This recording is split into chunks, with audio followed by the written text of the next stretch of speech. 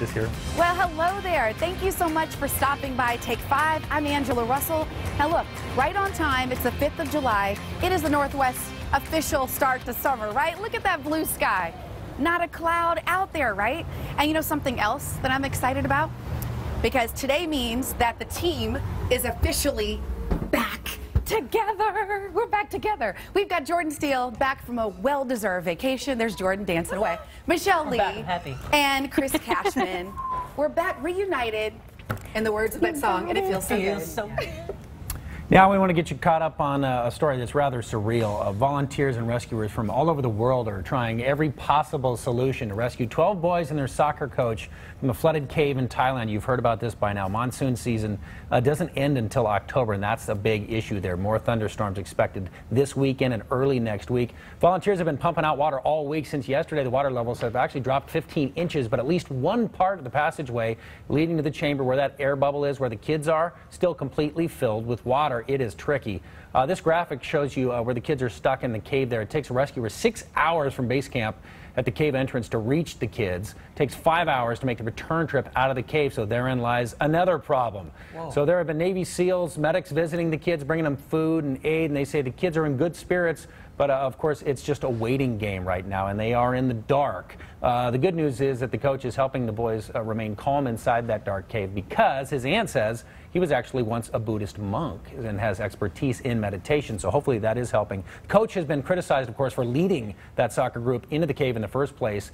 It is monsoon season, after all. We're now learning that some of the coach himself has actually refused to eat a tiny share of the provisions that the group was carrying.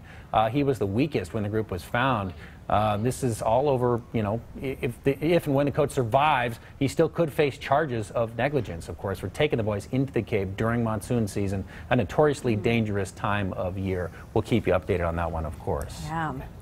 Well, you know, yesterday was all about the fireworks, right? Today is, well, still about the fireworks, but in a different way. We're talking about cleaning them up. There is now debris on our beaches, in our parks, and in the water. So Allison Morrow went on Lake Union today with Puget Soundkeeper Alliance. Hey everybody, beautiful July 5th, and that's Chris Wilkie in the background with Puget Soundkeeper Alliance doing the annual fireworks cleanup out here because those fireworks, as Chris tells us, do not all burn up in the sky, right Chris? That's right, we're finding a lot of them in the water today, so keeping the waters clean for salmon, people, blue herons, eagles, osprey. And Chris tells us that they usually pick up between 300 and 400 pounds of trash, right Chris, on this particular day every year? That's right. A lot of it is left on the water, but we can usually find most of it because it all drifts to the same area if we get an early enough start before the seaplanes. Yeah, the seaplanes always make it fun to do audio videos out here. So Chris, last question. Why do we care though about this stuff? I mean, it looks just kind of like cardboard. Is it really that bad for the environment? Well, you got to remember this is cardboard with chemicals added to the gunpowder to make it burn different colors. A lot of residue is left on these, so that doesn't belong in the lake. Plus, we're also finding bits of plastic and nylon rope and rubber that's attached to some of these fireworks. It gives them their creative geometry, and so that doesn't need to be part of the lake because if it sinks, it will always be here. So this is our chance to get it before it becomes a permanent part of the lake. All right, so lest you think that we're just out here on a beautiful day, enjoying ourselves on a boat, which we definitely are, we are working for you, Puget Sound. Bye!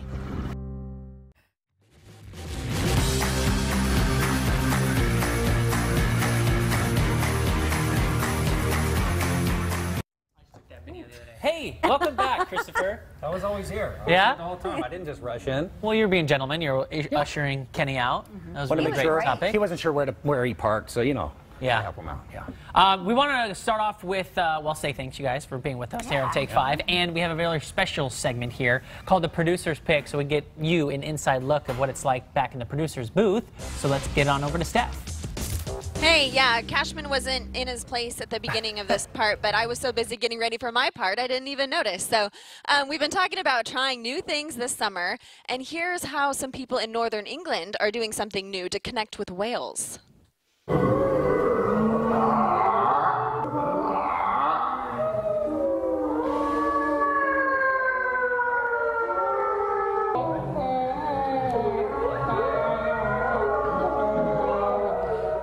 there's a name for this. This is the whale choir. It's a bunch of volunteers. They're mimicking the sounds that whales make. So you can see, you know, they get really concentrated. They project, sometimes they pinch their noses. Now, the whole point of this project was to try to feel what it's like to be another species. So an artist came up with it and got a bunch of volunteers together who didn't mind sounding like a whale for a while. So, you know, if you want to try something new, there's an idea. And that kind of inspires us for another installment of 5 ways to make an impact. And these are just small ways you can volunteer to help somebody else. And our intern Lily is here with what she's been working on. You've got a pretty good list. Hi guys, it's your Take 5 intern Lily, and I have another great list of awesome opportunities this weekend. So if you go into the 5 Hive, I posted the link and it has a cool picture of these people volunteering. And then if you go to the website, there's a whole list of all 5 opportunities. And one of mine that I thought was super cool was an opportunity to join Turning Point Seattle in taking kids on field trips. So this is a great way for high schoolers to get community service opportunity and their hours in as well if you need that for graduation or anything next year. And we also have a really cool one from the Chicken Soup Brigade, and they sent us a really neat video as well.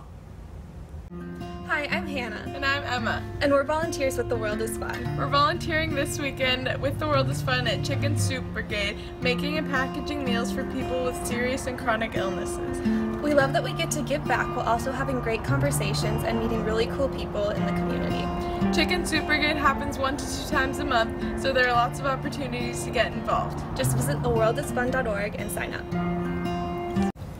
So make sure to join the Chicken Soup Brigade if you get the chance, and you can text IMPACT to 206-448-4545 for that full list of opportunities.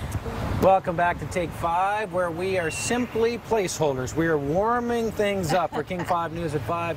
Lori Matsukawa is here with a little preview, and I understand something exciting in Grays Harbor. You betcha. Grays Harbor County, back in March, a meteorite smashed into the Pacific Ocean off of Aberdeen, and now researchers think they may have recovered some pieces of that meteorite. If so, it would be historic and fabulously interesting. So we're going to talk about what they found tonight at 5.